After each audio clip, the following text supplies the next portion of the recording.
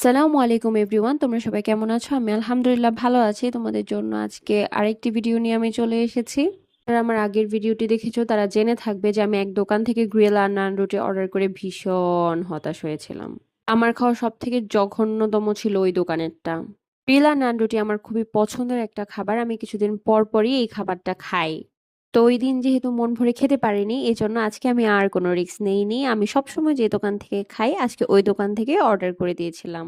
ওদের দোকানেরটা আমার খুবই ভালো লাগে। দেখো ওদের দোকানের নান রুটিটা কি পরিমাণে সফট।